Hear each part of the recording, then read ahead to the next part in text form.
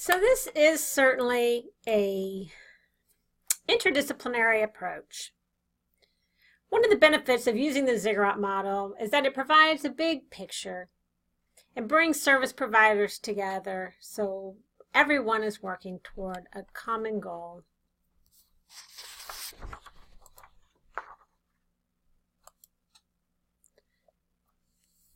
For implementation, we want to be sure to implement the intervention and evaluate the outcomes.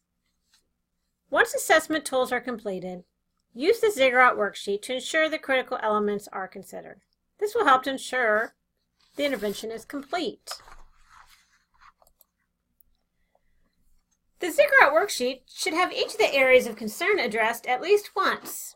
And remember to check whether the points of intervention are at the antecedent, behavior, or consequence. Remember that filling out this Ziggurat worksheet is fluid and not linear. Consider each component along the others regardless of placement. The figure on page 94 of your textbook is a good explanation of the process. Additionally, read the example of one's intervention plan. It's useful for visualizing the process as well. You may be using this Ziggurat for two reasons. You may want to create a global or general plan for an individual with ASD that coincides with his IEP and inclusion into school and general curriculum. In this case, you use the UCC and ISSI.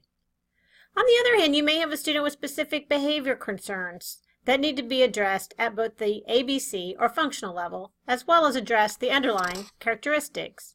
In this case, you would also use the ABCI.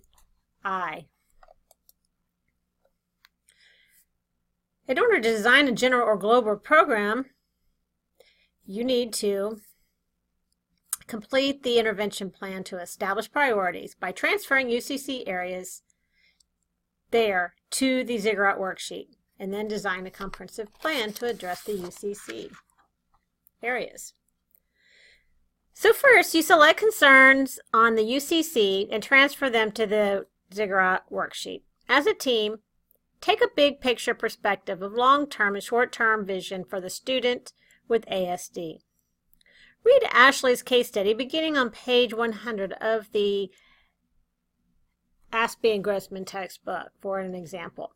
Notice how the global intervention plan was used to guide establishing priorities first for selecting the UCC areas, then the specific items related to those areas.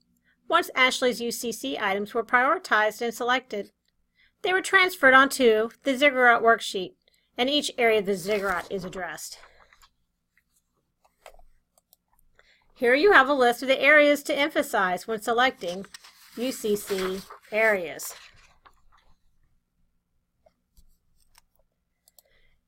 If the student with ASD has a specific behavior concern, it becomes the focus of the intervention.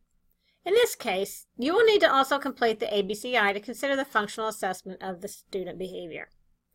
Now, look at the specific intervention plan for Ashley used on the FBA and UCC data.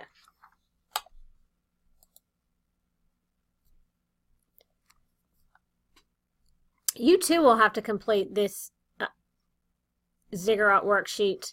So read through all of the examples in the text. We won't move on to discussing the CAPS until later in the semester, because you will be pulling more information, more detailed information from the Henry and Miles textbook on CAPS. So for now, this is it. Have a great week.